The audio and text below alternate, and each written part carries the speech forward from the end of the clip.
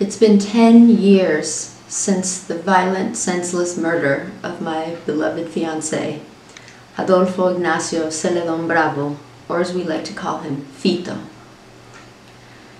It was 3:40 in the morning on September 12, 2010, Fito's 35th birthday, when three men jumped us as we were happily walking home from an amazing night spent with friends celebrating his birthday. They punched me to the ground and they shot him so many times he couldn't get up. Then those cowards fled away in an old SUV and have gotten away with it for 10 years. That's 10 years too long. These 10 years have been excruciating, but they've also been incredibly beautiful. Perhaps you've heard, or maybe you haven't, but Fito was special. He had that twinkle in his eye and lit up the room with happy optimism when he entered. The world has lost a pure human when they lost him. However, I say incredibly beautiful because the ripple effect of his personality has resonated with all of us who knew him. And we have no choice but to live an amazing life because of what he's taught us. You can imagine the suffering I've endured, not only for losing Fito, but for losing, he's the love of my life, but I also lost my entire life, the future we were going to build together.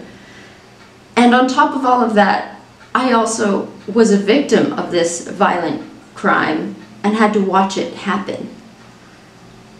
I've worked very hard to put those nightmares in their rightful place, which is a horrible memory that's far less important than the wonderful things that life has to offer. Today, I'm happy to tell you that I have an amazing family, 2 daughters, and an incredible man who not only accepts Fito in my life and the importance of him in it, but he also loves him as well because he's made me a better person.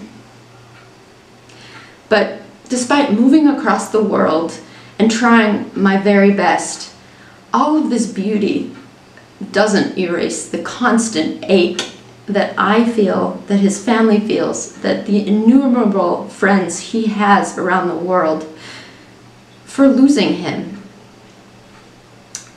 It turns out that justice is critical for healing.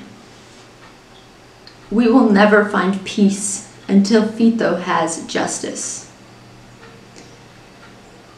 Today, I beg the community of Berkeley and Oakland, California, to call the Berkeley Police Department if you know anything about this crime, anything at all, a small detail. It may just make the difference in this case. The police department has not stopped fighting, and neither will we. Justicia para Fito.